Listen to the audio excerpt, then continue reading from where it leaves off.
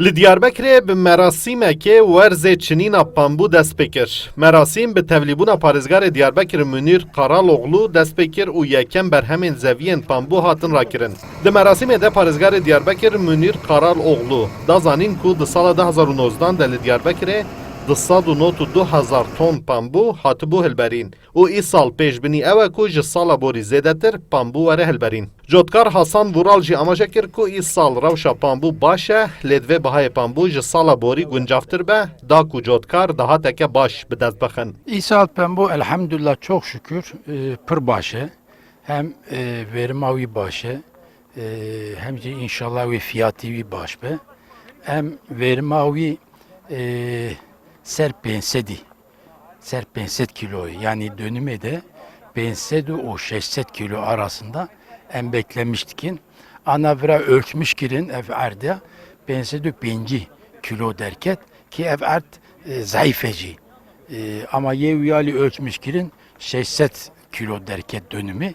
Elhamdülillah çok şükür İsal kufiyetici baş be evi çiftçiye me üreticiye me evi memnun befin. Li gorî daneyên fermî di sala borî de Wezareta Çandiniya Tirkiyeyê bo 3768 cotkarên pambû ên Diyarbekirê 273 milyon û 428,358 lîre piştgirî daye cotkaran. Lê cotkar dibêjin ji ber ku lêçûna pambû bi taybetî di warê kehrebê de gelek e, divê piştgirî were zêdekirin. Cotkar Hüsamettin Altay dibêje lêçûna çandiniya pambû ji ber rêbazên avdanê digihîje nêzîkî dahatê û ev yek dibe sedem ku cotkar berê xwe ji pambû babidin û çandiniya garis bikin. Normal bu kanala kutê avdan 5-6 hezar bilemedim 7 hezar maliyetla ye em ana bi bîra av didin dönüm maliyeti wî 400 banotê. Yani yek bi heştayê ê kanala. Ama biya ye here em her halde devş pembû berdin yani. Ji ber ku girdî wî yüksekin, maliyeta wî yüksek e û îsal hinkî wa ürün ew dike, ürün hinkî pere dike. Heta na ürün jî desteka wî kêm mesela. Gere pembûana li gorî Yunanistan li gorî derva ku em bu an re yarışmış bin en azından gere ana 1500 banot be. Cotkar didin zanîn taybetmendiya pambûyê Diyarbekir ew e ku rengê wê yê spî gelek zindiye û her wiha lîfên wê jî xurtin ku ev yek qelîteyê jî bilind dike.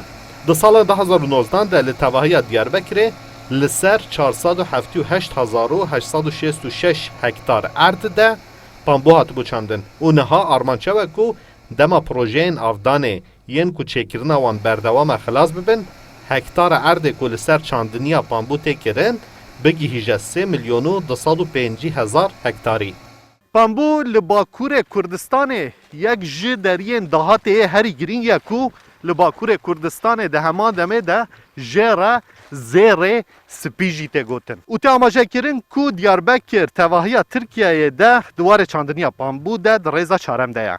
Cotkarên Diyarbekir dibêjin bi piştgiriyeke baş Diyarbekir bi hêsanî dikare tevahiya Tirkiyeyê bikeve rêza yekem de. Mahir Yüksel, Kurdistan 24, Bismillah Diyarbekirê.